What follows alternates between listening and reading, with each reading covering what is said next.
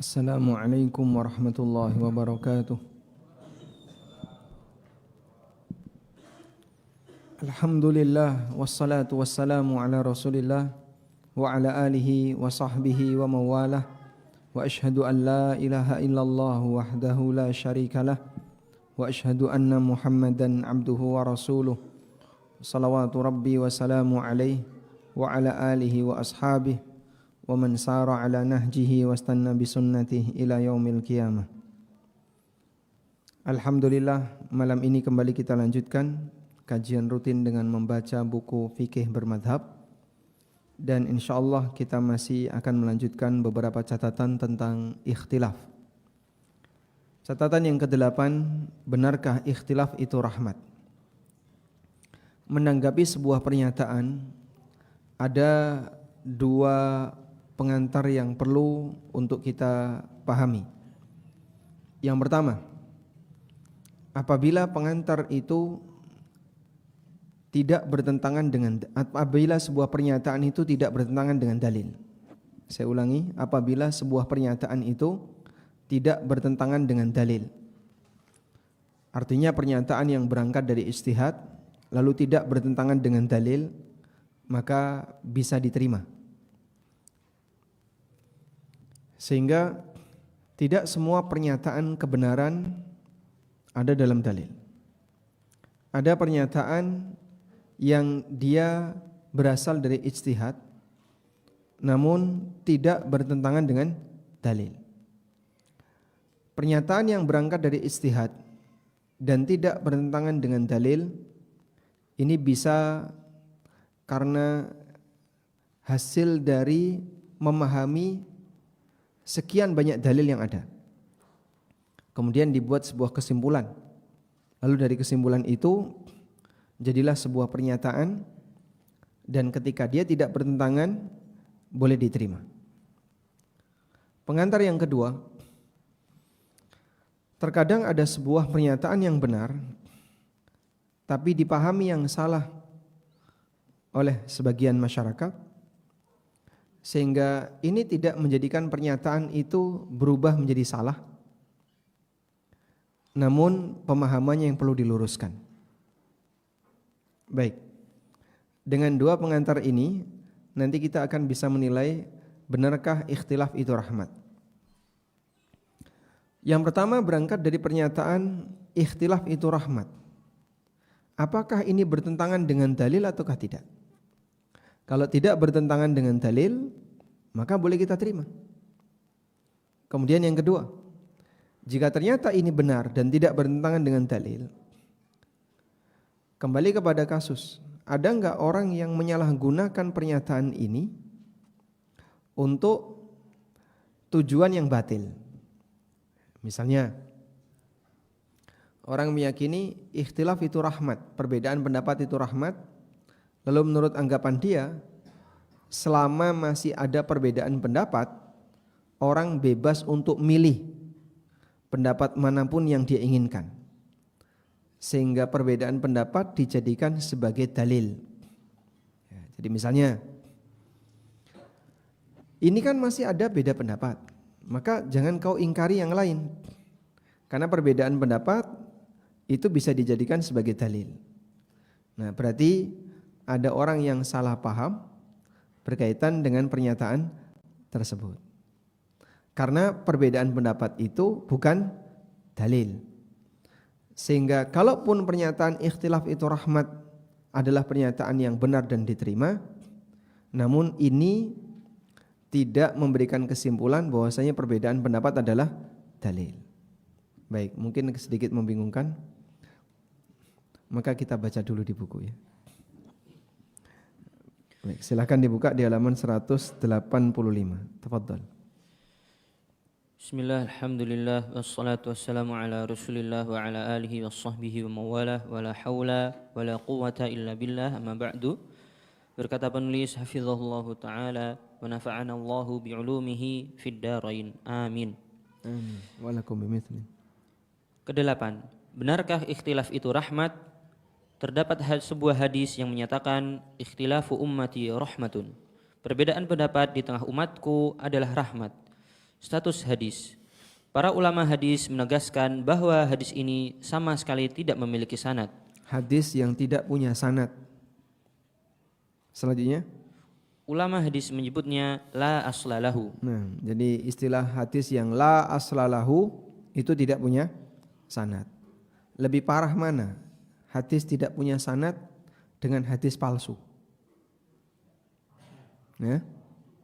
Lebih parah yang mana? Yang palsu atau yang tidak punya sanad? Sama-sama. Dua-duanya parah. Lebih parah mana? Kalau hadis palsu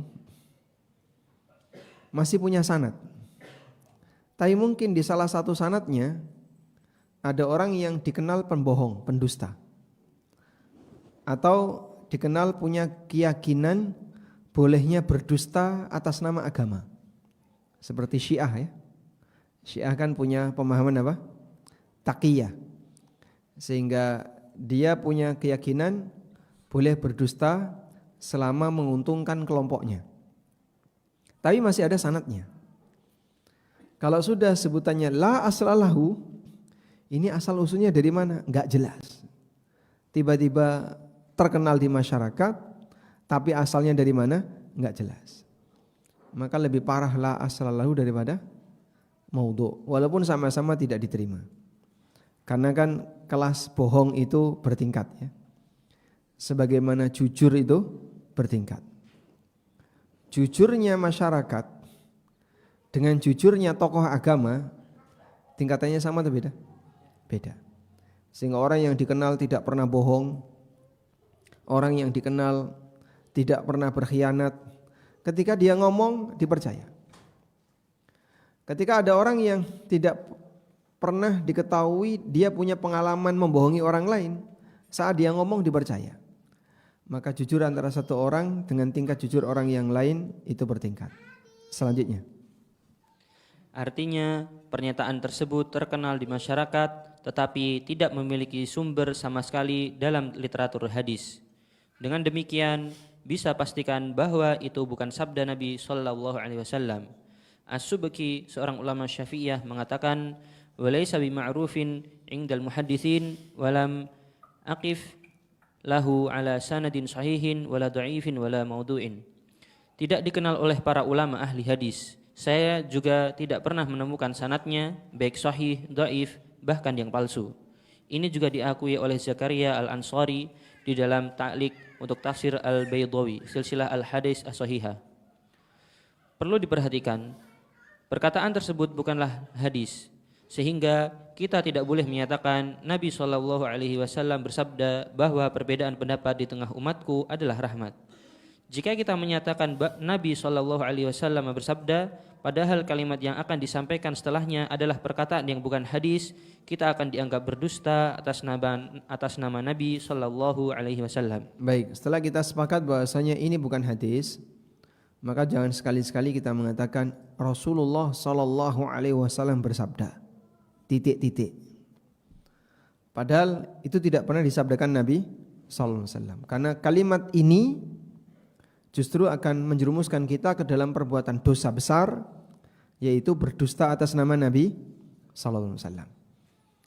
Dan beliau memberikan ancaman, man haddatsa anni bihaditsin yura annahu kadzibun fa huwa ahadul kadzibin.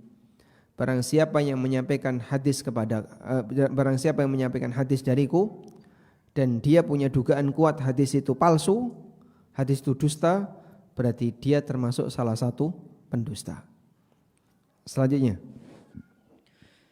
Keterangan tabi'in, Imam Ibnu Baz pernah ditanya tentang hadis di atas, lalu beliau menjelaskan, laisa min kalamin Nabi sallallahu alaihi wasallam, innama huwa min kalami ba'di tabi'ina. Wan Nabiyyu sallallahu alaihi wasallam lam yaqul hadza alaihi salatu wassalam. Ba'du tabi'in yaqala ma ara ashaban Nabi sallallahu alaihi wasallam ikhtalafu illa rahmatan min Allah, yakni hatta yanzura al-mujtahidu wa yata'ammalu ad-dalila. Itu bukan sabda Nabi sallallahu alaihi wasallam, itu perkataan sebagian tabi'in. Nabi sallallahu alaihi wasallam tidak pernah mensabdakannya. Sebagian tabi'in mengatakan, tidaklah aku melihat adanya perbedaan pendapat di kalangan sahabat Nabi Shallallahu Alaihi Wasallam kecuali itu merupakan rahmat dari Allah. Maksud beliau sebagai rahmat karena seorang mujtahid berkesempatan untuk mengkaji dan merenungi dalilnya. Baik. Jadi seperti yang tadi kita sampaikan ya. Pernyataan yang berangkat dari ijtihad, maka tidak boleh kita katakan itu sebagai sabda Nabi sallallahu alaihi wasallam. Sudah? Apakah ini benar? Apakah ini benar? Ukurannya adalah selama tidak bertentangan dengan hadis Nabi sallallahu alaihi wasallam atau bertentangan dengan Al-Qur'an dan hadis, statusnya bisa diterima. Karena ijtihad itu selama tidak bertentangan dengan kebenaran, maka hukumnya benar. Sudah? Nah, perbedaan pendapat di kalangan umatku adalah rahmat. Apakah ini bertentangan dengan dalil? Setelah digali, pertama ternyata ini bukan sabda Nabi sallallahu alaihi wasallam. Dan sebagian ulama menjelaskan bahwasanya adalah perkataan tabi'in. Sehingga kalimat ini ijtihadnya tabi'in. Sudah? Berarti Bapak simpan dulu kesimpulan perbedaan pendapat itu rahmat, ini berasal dari apa tadi? Perkataan tabi'in. Yang tentu saja itu adalah hasil ijtihad. Sekarang kita baca. Riwayat tabi'in yang beliau maksud adalah keterangan Al-Qasim bin Muhammad, yaitu cucu Abu Bakar As-Siddiq radhiyallahu anhu, yang merupakan salah satu dari 7 ulama tabi'in yang bergelar fuqaha al-Madinah. Ada 7 ulama tabi'in yang bergelar fuqaha al-Madinah, pakar fikihnya Madinah. Salah satunya adalah Al-Qasim bin Muhammad, cucunya Abu Bakar As-Siddiq radhiyallahu anhu. Selanjutnya, Ibnu Sa'ad di dalam At-Tabaqat Al-Kubra dari jalur Aflah bin Humaid bahwa Al-Qasim pernah mengatakan, kana ikhtilafu ashab bi Rasulillahi rahmatan linnasi. Perbedaan pendapat yang terjadi pada para sahabat Rasulullah sallallahu alaihi wasallam adalah rahmat bagi manusia. Tabaqat Al-Kubra. baik. Dicatat dulu nih ya, bahasanya ini adalah ijtihad, kalimat ini ijtihad yang disampaikan oleh Al-Qasim bin Muhammad, salah seorang ulama tabi'in. Selanjutnya, mana yang lebih dekat? Ikhtilaf itu rahmat ataukah azab? Kita coba lihat di penjelasan berikutnya. Khilaf itu rahmat atau azab? Jika kita diminta membandingkan mana yang lebih baik antara ada khilaf ataukah tidak ada khilaf, dengan logika sederhana kita bisa memilih jawaban yang kedua, lebih baik tidak ada khilaf. Alasannya persatuan dan kesepakatan itu lebih menenangkan. Sepakat enggak ini? Antara ada beda dengan tidak ada beda, Anda lebih senang yang mana? Ada beda atau enggak ada beda? Enggak ada beda. Sudah, gini aja. Bapak lebih senang mana? Hari raya itu tanggalnya sama atau tanggalnya beda? Bapak lebih senang yang mana? Kenapa? Kompak, biar ramenya bareng ya. Sehingga nurani manusia normalnya akan mengatakan ketika sepakat kita lebih nyaman daripada ketika ada perbedaan. Maka mana yang lebih menenangkan bagi batin masyarakat, adanya perbedaan ataukah kesepakatan? Tentu jawabannya adalah yang kedua. Selanjutnya, Qatadah menceritakan bahwa pada saat memimpin sholat jamaah haji ketika di Mekah dan di Mina, Nabi SAW, Abu Bakar, Umar, dan Utsman pada awal pemerintahannya melakukan sholat zuhur dan asar dengan menqashar. Kemudian pada suatu musim haji, Utsman melaksanakan sholat zuhur dan asar sebanyak 4 rakaat ketika di Mekah dan di Mina. Mendengar itu, Ibnu Mas'ud mengucapkan istirja, inna lillahi wa inna ilaihi raji'un. Tetapi beliau sendiri tetap ikut sholat di belakang Utsman. Ketika beliau ditanya, Anda mengingkari tetapi Anda ikut bermakmum. Ibnu Mas'ud mengatakan al-khilafu syarrun, berselisih itu lebih buruk. Hadis riwayat Abdul Razak di dalam Al-Musannaf. baik. Kenapa Ibnu Mas'ud membaca inna lillahi wa inna ilaihi raji'un? itu bacaan yang diungkapkan oleh seseorang ketika dia merasa ada musibah. Sehingga bagi sahabat tidak sesuai sunnah itu musibah. Maka begitu beliau mendengar praktek Utsman di bagian akhir dari kekhalifahan beliau. Kalau bagian awal dari kekhalifahan beliau selalu qashar ketika di Mina dan di Mekah pada saat salat duhur, asar dan isya. Nah, begitu di bagian akhir dari kekhalifahan beliau tidak mengqashar, tapi beliau salat 4 rakaat sempurna.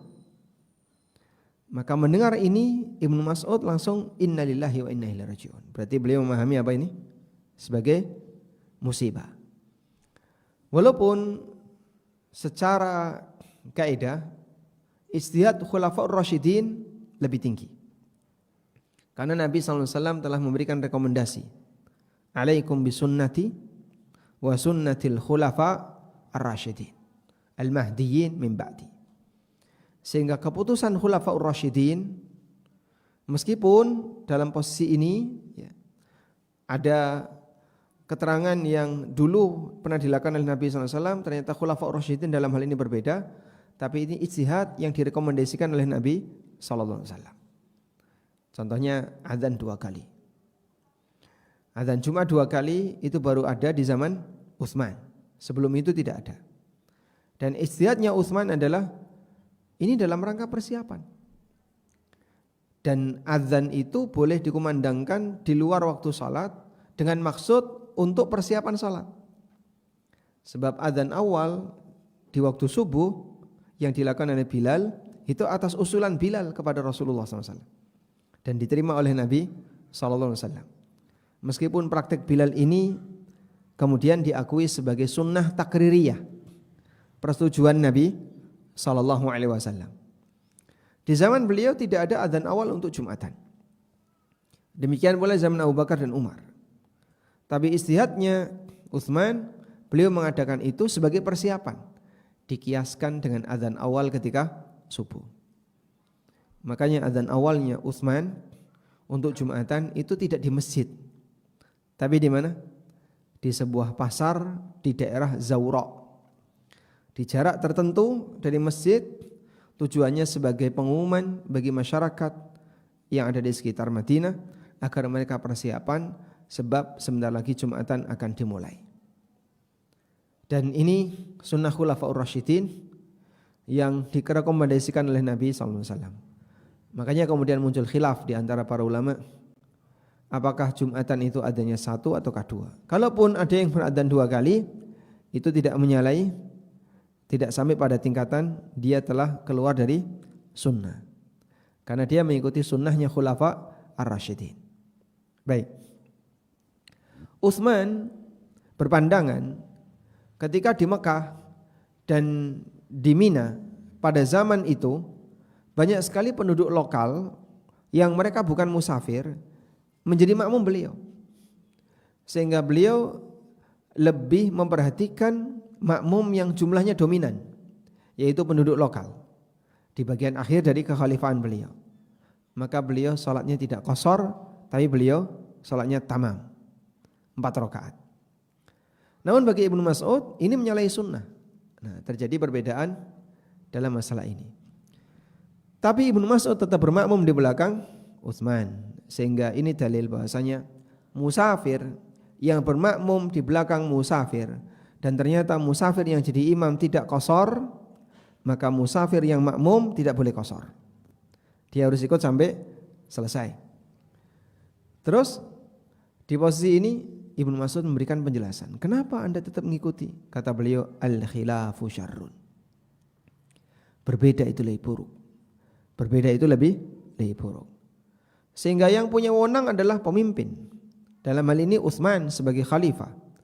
Maka ketika beliau melakukan itu atas ijtihad pribadinya, walaupun Ibnu Mas'ud tidak setuju, tapi Ibnu Mas'ud tetap mengikuti Utsman.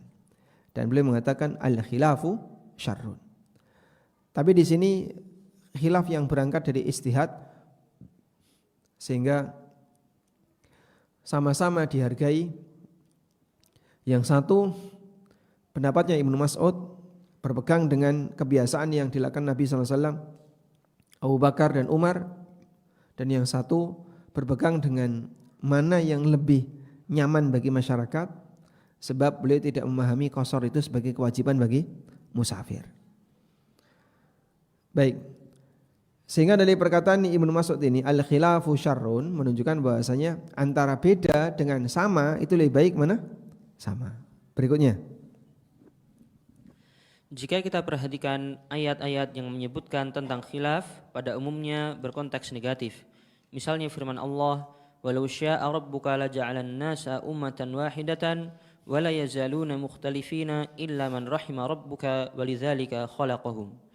Jikalau Tuhanmu menghendaki, tentu Dia menjadikan manusia umat yang satu, tetapi mereka senantiasa berselisih pendapat, kecuali orang-orang yang diberi rahmat oleh Tuhanmu, dan untuk itulah Allah menciptakan mereka. Quran Surat Hud ayat 118-119. Allah menyebutkan karakter manusia suka berselisih, lalu Allah kecualikan orang yang dirahmati olehnya. Artinya persatuan dan kesamaan pendapat itu lebih dekat dengan rahmat dibandingkan perbedaan pendapat. baik. Jika Allah mengatakan manusia punya karakter berbeda kecuali yang dirahmati oleh Allah, berarti yang lebih dekat dengan rahmat Allah itu apa? Persatuan, bukan perbedaan. Baik. Selanjutnya, Perbedaan pendapat yang dibolehkan.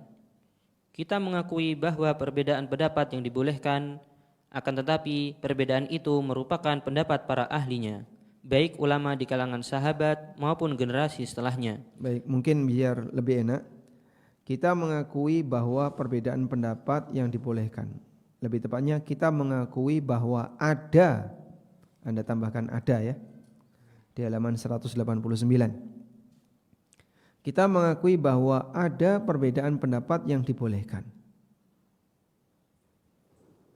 Sudah? Selanjutnya, Hasan al-Basri menyebutnya sebagai perbedaan pendapat ahlur rahmah, sehingga perbedaan pendapat itu tidak membahayakan mereka. Hasan al-Basri mengatakan, "Amma ahlu rahmatillahi fa innahum la yakhtalifuna ikhtilafan yadurruhum." Untuk para ulama ahlur rahmah, mereka tidaklah berbeda pendapat dengan bentuk yang membahayakan mereka. Tafsir At-Tabari. Beliau menjelaskan bahwa para ulama ahlu sunnah berbeda pendapat dalam lingkup yang mubah, sehingga tidak membahayakan mereka. Sebaliknya, selain ulama ahlu sunnah berbeda pendapat yang sampai pada tingkatan membahayakan mereka. Itulah perbedaan pendapat yang haram. Keberadaan ikhtilaf di kalangan para ulama pendahulu memberikan kesempatan bagi para ulama generasi setelahnya untuk mengkaji dan mempelajarinya. Dari sinilah keberadaan ikhtilaf itu memperkaya khazanah umat Islam. Imam Ibnu Baz memberikan catatan untuk perkataan tabi'in bahwa perbedaan pendapat di kalangan para sahabat adalah rahmat. Beliau mengatakan, yakni hatta yanzura al-mujtahidu wa yata'ammala dalila. Fa ikhtilafu bainal ulama'i fihi masalihun lil muslimina wa in kana al-ijtima'u afdalu wa ahsanu. Al-ijtima'u fihi ar-rahmatu wal khairu kama qala Allah jalla wa ala wa la yazaluna mukhtalifina illa man rahima rabbuka farrahmatu ma'al jama'ati. Maksud beliau, dengan adanya ikhtilaf maka para mujtahid akan melihat dan merenungkan dalil, sehingga ikhtilaf di antara para ulama mendatangkan beberapa kemaslahatan bagi kaum muslimin. Kendati begitu, persatuan itu lebih afdal dan lebih baik. Persatuan itu berisi rahmat dan kebaikan, sebagaimana yang Allah firmankan yang artinya, mereka selalu berikhtilaf kecuali orang yang dirahmati oleh Rabbmu. Dengan demikian rahmat itu bersama jamaah. nah, sekarang kita akan membuat beberapa kesimpulan ya. Setelah membaca berkaitan dengan catatan ikhtilaf itu rahmat, pertama yang perlu kita tekankan di sini adalah kalimat ikhtilafur rahmah bukan dalil, bukan Al-Quran maupun sabda Nabi Sallallahu Alaihi Wasallam. Sudah?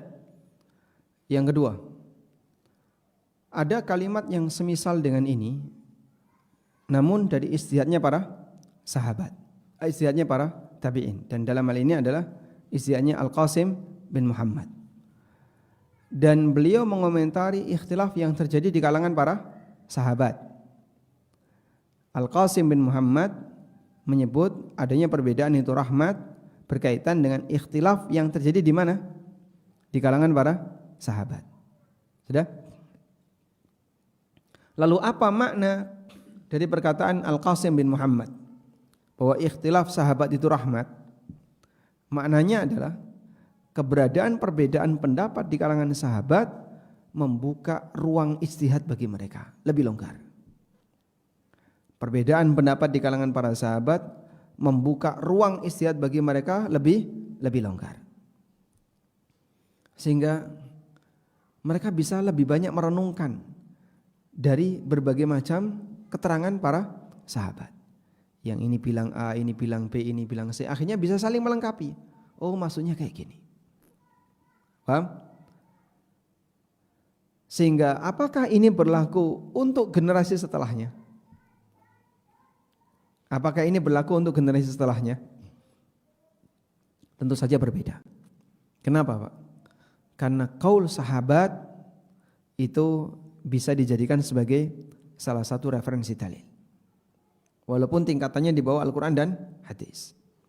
Sebab di antara dalil selain 4 yang disepakati, Al-Quran, hadis, ijma' dan qiyas, salah satu di antara dalil adalah qaul as-sahabah, perkataan para sahabat.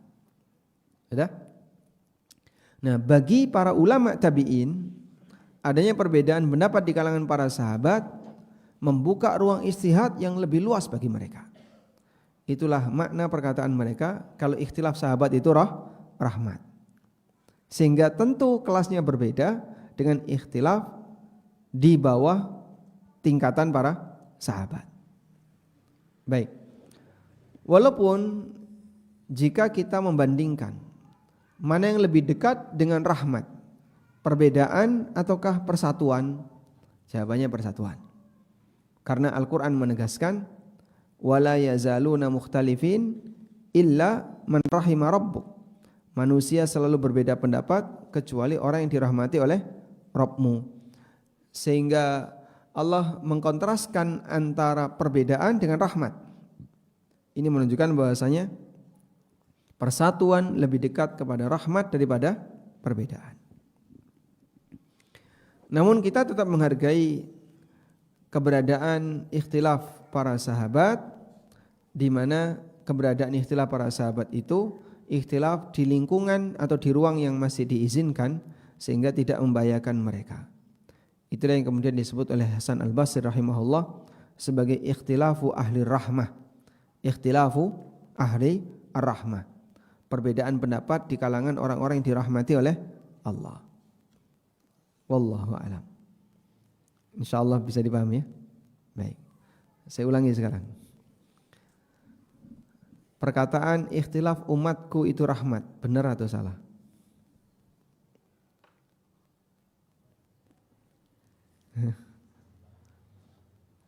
Setelah mendapatkan penjelasan tadi, perkataan ikhtilaf umatku adalah rahmat, betul atau salah?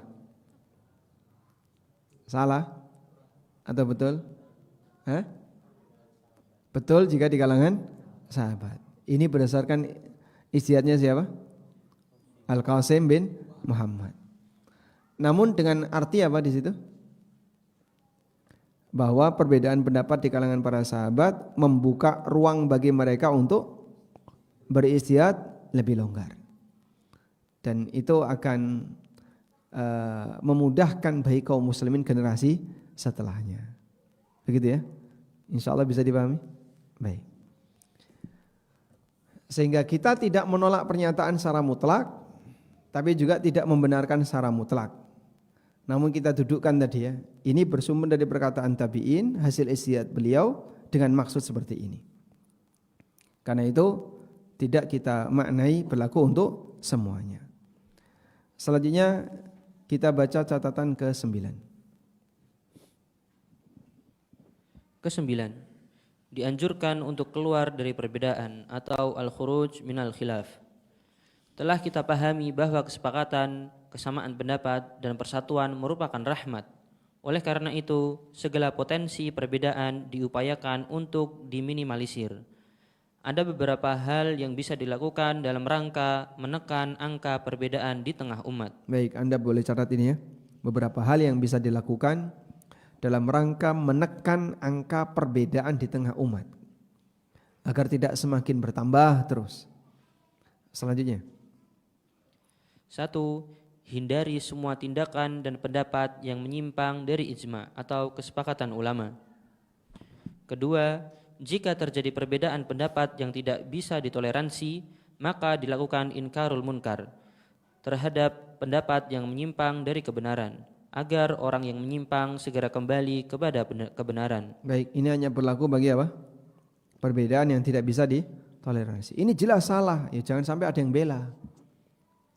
Membela yang salah berarti dia pendukung kezaliman. Maka kalau sudah jelas salah, berani katakan salah dan diingkari di posisi yang salah. Selanjutnya. 3. Jika terjadi perbedaan pendapat yang bisa ditoleransi atau ikhtilaf mubah, bisa dilakukan diskusi untuk menentukan pendapat yang lebih mendekati kebenaran. 4. Mengambil sikap keluar dari khilaf selama memungkinkan. Mungkin bisa ditambahkan satu lagi ya. Yang enggak tahu sebaiknya diam. Karena salah satu di antara yang menambah kisruh di tengah perbedaan pendapat adalah orang bodoh ikut bicara. Karena itu sebagaimana yang pernah dikatakan oleh Al-Ghazali, "Lau sakatal jahil laqallal khilafu bainan nas." Andaikan orang jahil itu diam, maka perbedaan pendapat yang ada di tengah manusia akan bisa ditekan lebih sedikit. Tapi orang bodoh ikut berpendapat, sehingga yang seharusnya dia posisinya mendengar, tapi dia bicara. Oleh karena itu, yang dia nggak ngerti masalahnya, sebaiknya jangan ikut komentar. Selanjutnya. Bagian keempat inilah yang akan kita bahas. Namun sebelumnya kita akan menyebutkan ilustrasi beberapa sikap keluar dari khilaf. Pertama, ulama berbeda pendapat apakah sholat berjamaah di masjid bagi lelaki hukumnya wajib ain, wajib kifayah, ataukah sunnah muakkad. Si A lebih memilih pendapat bahwa sholat berjamaah hukumnya sunnah muakkad. Kendati demikian, si A tetap ditekankan untuk selalu hadir sholat berjamaah di masjid dalam rangka keluar dari khilaf. Artinya, ketika si A selalu datang sholat jamaah ke masjid, sikapnya disetujui oleh semua ulama. Karena menurut ulama yang mengatakan sunnah muakkad, mereka tetap sangat menekankan agar sholat berjamaah dilakukan di masjid. Kedua, ulama berbeda pendapat. Apakah menyembelih kurban bagi orang yang mampu hukumnya wajib ataukah sunnah muakkad? Si B lebih memilih pendapat yang mengatakan sunnah muakkad. Namun dianjurkan bagi si B untuk tetap berkurban selama ia mampu dalam rangka keluar dari khilaf. Dengan berkurban, si B memilih sikap disetujui semua ulama karena menurut ulama yang menilainya sunnah bukan berarti mereka menganjurkan untuk meninggalkan kurban. Ketiga, ulama berbeda pendapat mengenai hukum berkumur ketika wudu. Menurut Syafi'iyah dan Malikiyah, berkumur ketika wudu hukumnya sunnah. Adapun menurut pendapat yang masyhur dalam mazhab Hanbali, hukumnya wajib. Si D hendak berwudu dengan pendapat mazhab Syafi'iyah, ditekankan sebisa mungkin untuk berkumur agar dianggap sah berdasarkan semua pendapat ulama. Ketika si D berkumur pada saat berwudu, menurut Syafi'iyah hukumnya sah bahkan lebih afdal. Prinsip semacam ini pernah ditegaskan oleh Imam An-Nawawi dan dinukil oleh Ibnu Muflih, "Innal mukhtalifa fihi la inkara fihi lakin innadbahu ala jihatin nasihati ilal khuruji minal khilafi fahuwa hasanun mahbubun mandubun ila fi'lihi birifqin." Terhadap sesuatu yang diperselisihkan tidaklah ada pengingkaran di sana. Namun jika ada yang memberi motivasi sebagai nasihat untuk keluar dari khilaf, tentu itu sikap yang bagus dan lebih disukai serta dianjurkan untuk dilakukan dengan cara lemah lembut. Al-Adab Asy-Syar'iyyah. Baik. Kata kuncinya gini ya. mana yang kira-kira ketika saya lakukan tidak dimarahi oleh siapapun ulama. Sehingga misalnya tadi ya, terjadi perbedaan pendapat di kalangan ulama, apa hukum sholat jamaah di masjid bagi laki-laki. Ada yang mengatakan sholat jamaah di masjid itu wajib ain, fardu ain bagi laki-laki, sehingga siapa yang tidak melakukannya dia berdosa. Ada yang mengatakan hukumnya fardu kifayah, jika sudah ada yang melakukan sebagian maka gugur kewajiban yang lain. Ada yang mengatakan sunnah muakkadah, sunnah yang ditekankan. Tidak ada satupun ulama yang mengatakan makruh. Salat jamaah di masjid bagi laki-laki makruh, tidak ada. Adanya antara apa tadi? Wajib ain, wajib kifayah, atau sunnah muakkadah. Dah. Ulama yang mengatakan bahwa salat jamaah di masjid bagi laki-laki sunnah muakkadah atau fardu kifayah, mereka juga menekankan bagi laki-laki, ayo semuanya berangkat. Sehingga andai kan ada yang tidak berangkat, nanti akan dimarahi oleh ulama yang berpendapat wajib ain. Kamu nanti dimarahi sama ulama ini, karena beliau berpendapat ini wajib ain. Maka daripada kamu dimarahi ulama, mending kamu berangkat. Itu yang dimaksud dengan khurujan minal khilaf, dalam rangka keluar dari khilaf. Baik, insya Allah nanti akan kita tambahkan sedikit dan kita baca sampai selesai ya, untuk catatan tentang masalah ikhtilaf sebelum pelaksanaan sholat isya. Kita dengarkan adzan isya terlebih dahulu.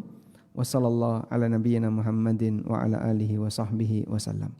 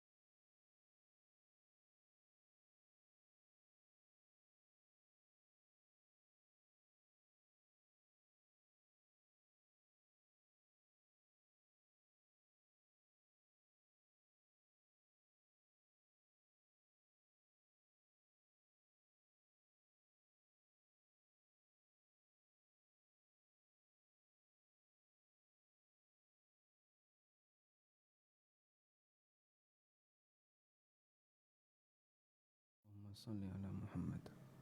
Allahumma sallallahu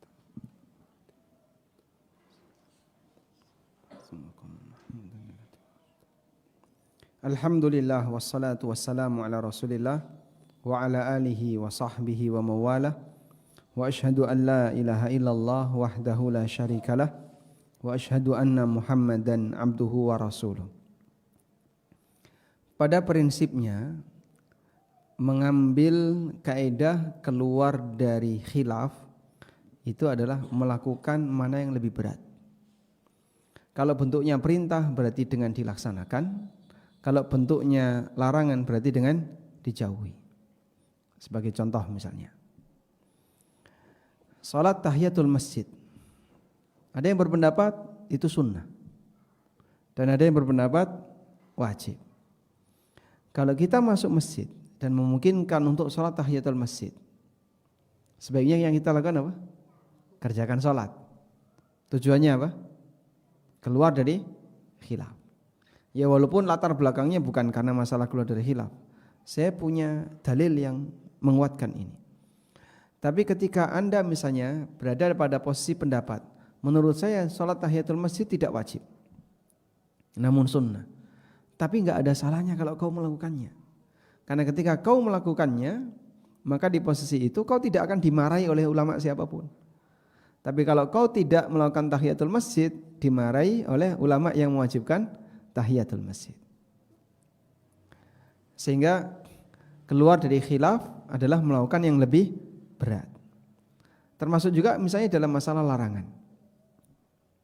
Terjadi perbedaan pendapat di kalangan para ulama misalnya tentang hukum rokok misalnya. Sebagian besar jamaahir mengatakan haram. Sebagian ada yang mengatakan makruh. Tidak ada yang ketiga, apalagi sunnah, tidak ada. Tidak ada yang mengatakan mubah, apalagi sunnah. Baik, boleh enggak orang beralasan?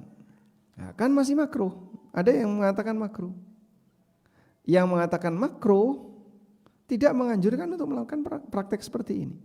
Dan kalau kau tidak ngerokok, tidak ada satupun ulama yang memarahimu. Tapi kalau Anda ngerokok, menurut ulama yang mengatakan ini haram akan memarahi Anda. Paham ya? Sehingga yang bentuknya amaliyah keluar dari khilaf adalah dengan dilaksanakan. Yang bentuknya pelanggaran, makna keluar dari khilaf adalah dengan cara ditinggalkan. Baik. Selanjutnya kita akan baca catatan ke-10. Ke-10. Pendapat kelompok menyimpang tidak perlu dipedulikan. Perbedaan pendapat antara ahlul haq dan ahlul batil telah terjadi sepanjang sejarah agama. Ini akan senantiasa ada sampai akhir zaman. Saya sebut sepanjang sejarah agama. Sejak ada agama selalu ada perbedaan itu sampai akhir zaman. Sehingga perbedaan itu baru hilang setelah agama dicabut. Kapan itu? Di akhir zaman. Maka perbedaan atau gesekan karena perbedaan agama ini hilang di dua keadaan. Pertama, ketika agama manusia seragam. Dan itu terjadi pasca turunnya Nabi Isa dan Imam Mahdi, terbunuhnya Dajjal. Seluruh kaum muslimin atau seluruh manusia di muka bumi ini muslim. Sehingga mereka satu agama, tidak ada perbedaan.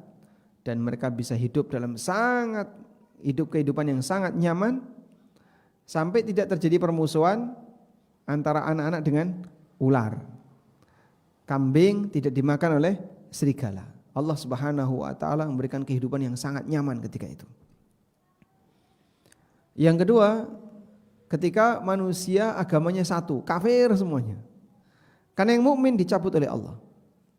Sehingga semua yang beriman walaupun dalam hatinya ada iman seberat khardal, dia akan mati ketika mencium angin lembut yang Allah Subhanahu wa taala kirimkan. Maka seluruh kaum mukminin meninggal. Sehingga yang tinggal di dunia hanya orang-orang kafir. Karena agamanya sudah seragam, maka tidak ada ikhtilaf karena agama. Baik. Selanjutnya. Nabi Shallallahu Alaihi Wasallam berkali-kali beda pendapat dengan orang musyrikin, termasuk diantaranya beda pendapat apakah bangkai itu halal ataukah haram. Allah mengingatkan agar beliau tidak mengikuti mereka. Allah Ta'ala berfirman, وَلَا تَأْكُلُوا مِمَّا لَمْ يُذْكَرِ اسْمُ اللَّهِ عَلَيْهِ وَإِنَّهُ لَفِسْقٌ وَإِنَّ الشَّيَاطِينَ لَيُوحُونَ إِلَى أَوْلِيَائِهِمْ لِيُجَادِلُوكُمْ وَإِنْ أَطَعْتُمُوهُمْ إِنَّكُمْ لَمُشْرِكُونَ. Jangan memakan binatang yang tidak disebut nama Allah ketika menyembelihnya. Sesungguhnya perbuatan yang semacam itu adalah kefasikan. Sesungguhnya setan itu membisikkan kepada kawan-kawannya agar mereka membantahmu. Dan jika kamu menuruti mereka, sesungguhnya kamu tentulah menjadi orang-orang yang musyrik. Quran Surat Al-An'am ayat 121. Orang musyrik punya keyakinan bangkai itu halal dengan alasan bangkai itu mati di luar campur tangan manusia. Sampai mereka mengkritik para sahabat. Kalian ini aneh. Kalian bersedia mau untuk makan hewan yang kalian sembelih sendiri. Tapi kalian tidak bersedia untuk memakan hewan yang disembelih oleh Allah.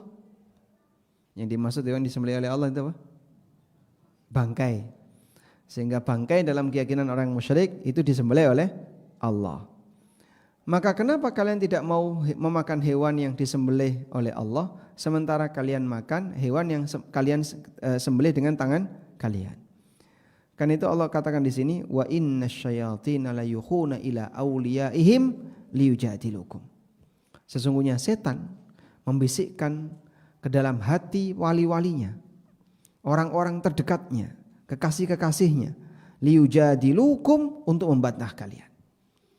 Sehingga ada kebenaran yang sudah sangat valid, gak mungkin bisa dibantah. Mau pakai bantahan apapun pasti gak diterima. Cuman tetap saja ada orang yang ngeyel. Dia dikasih celah-celah untuk bisa ngeyel. Ngeyel itu dari mana? Bisikannya setan. Berarti orang ini adalah pasukan setan. Dia corongnya setan. Padahal sudah sangat jelas bahwasanya perbuatan ini salah. Ya. Sebagai contoh misalnya, ada orang yang meyakini sholat di rumah lebih afdol bagi laki-laki daripada sholat di masjid. Dan ini kan jelas salah ya. Karena para ulama punya 3 pendapat. Memang mereka beda pendapat, tapi cuma ada 3. Antara apa saja tadi? Fardu ain, fardu kifayah, sunnah muakkadah. Menurut dia, oh enggak, yang lebih sesuai sunnah itu di rumah. Kok bisa? Sebab kalau orang itu sholat di rumah, kalau sholat di rumah, dia bisa lebih ikhlas, tidak kelihatan orang lain, tidak tampak kepada orang lain. Berarti kalau gitu Jumatan saja di rumah. Jumatan di rumah. Sholat Id di rumah, tawaf di rumah, sa'i di rumah, biar tidak kelihatan orang lain. Ada bagian ibadah yang orang tidak boleh menyembunyikannya, sehingga menampakkan ibadah ini sebuah keharusan, sebab hukumnya wajib. Contohnya puasa Ramadan, itu kan rukun Islam ya. Boleh nggak Pak? Misalnya secara sengaja orang puasa Ramadan, dia puasa sebenarnya, tapi secara sengaja menampakkan penampilan seperti nggak puasa. Bawa air botol sudah terminum setengah, dibawa kemana-mana, sambil nyekel rokok yang terbakar. Naik motor, kira-kira orang kalau melihat, mereka komentar apa? Penampilan dia nggak puasa, mungkin dia akan disebut orang tidak puasa. Boleh nggak secara sengaja melakukan seperti itu? Oh nggak boleh. Tapi kan saya dalam rangka menjaga keikhlasan, biar saya nggak tampak seperti orang puasa. Wis rasa koyo ngono to Mas. Sing jenenge puasa Ramadan itu wajib. Kalau Anda tidak menampakkan sebagai orang yang tidak puasa Ramadan, ya Anda berdosa. Karena puasa Ramadan itu wajib. Dipahami ya? Baik. Maka disinilah terkadang setan itu membisikkan kepada sebagian umat manusia untuk membantah sebuah kebenaran yang sudah jelas sesuai fakta. Ini sudah valid, sudah nggak mungkin bisa dibantah. Tapi tetap saja ada orang yang model-model ngeyel seperti itu. Ya, jadi mohon maaf seperti sebagian orang liberal itu kan menganggap terbuka aurat itu ya biasa saja. Sebagaimana kamu menampakkan hidungmu, menampakkan matamu, menampakkan telingamu, menampakkan kemaluanmu juga sama saja. Karena itu semuanya adalah organ manusia. Tidak ada beda antara satu organ dengan organ yang lain. Maka kalaupun ada orang yang membuka auratnya jangan disalahkan. Wah, ini corongnya iblis. Ya sudah kalau begitu kamu khutbah sambil buka aurat. Rasanya gimana? Kok sama saja? Kehilangan kuping, kelihatan kuping, kelihatan telinga dengan kelihatan kemaluan besar sama atau beda? Nah itu menurut orang liberal ini kan anggota badan, ini juga anggota badan ya. Telinga, hidung, mulut ini anggota badan. Kelihatan Anda enggak malu. Tangan kelihatan Anda enggak malu. Terus anggota badan yang lain kelihatan ya enggak usah malu. Wa inna syayatina layukhuna ila awliyaihim liyujadilukum. Setan mewahyukan kepada para walinya untuk membantah kalian yang sebenarnya kebenaran itu sudah enggak mungkin bisa ditolak. Selanjutnya Allah juga mengingatkan tentang aturan untuk ahli kitab agar umat Islam tidak mengikuti kebiasaan buruk mereka.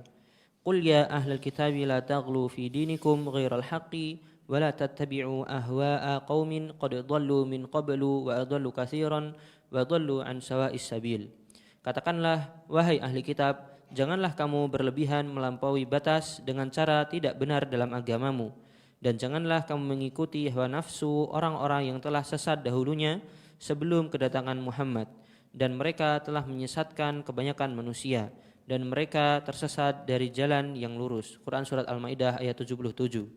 Artinya, jika pendapat itu sudah jelas menyimpang, siapapun terlarang untuk mengikutinya. Bahkan Islam mengajarkan prinsip, jangan sengaja menciptakan perbedaan dengan mereka.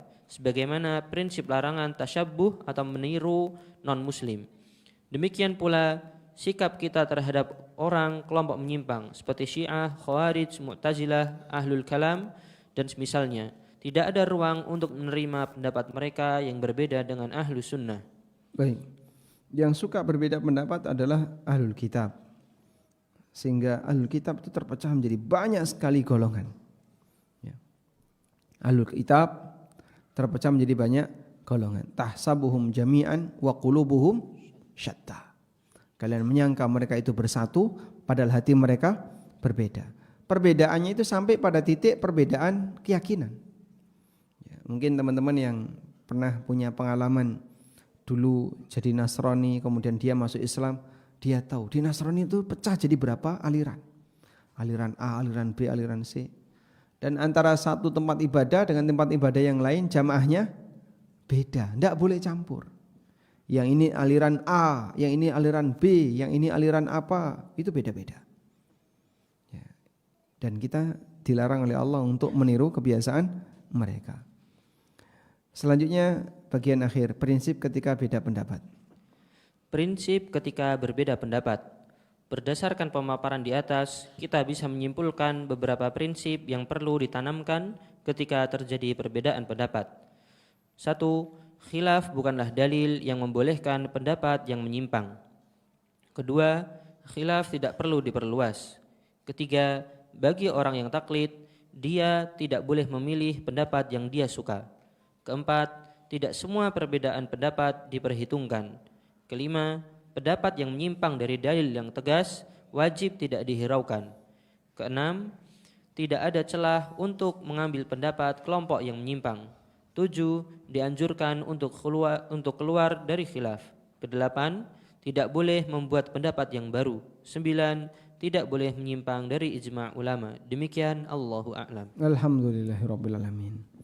Kalau Anda bisa mengikuti 9 poin ini insyaallah selamat ketika menghadapi perbedaan pendapat. Demikian, semoga bermanfaat. Wassallallahu ala nabiyyina Muhammadin wa ala alihi wa sahbihi wasallam. Wa akhiru da'wana anil hamdulillahi rabbil alamin. Wassalamualaikum warahmatullahi wabarakatuh.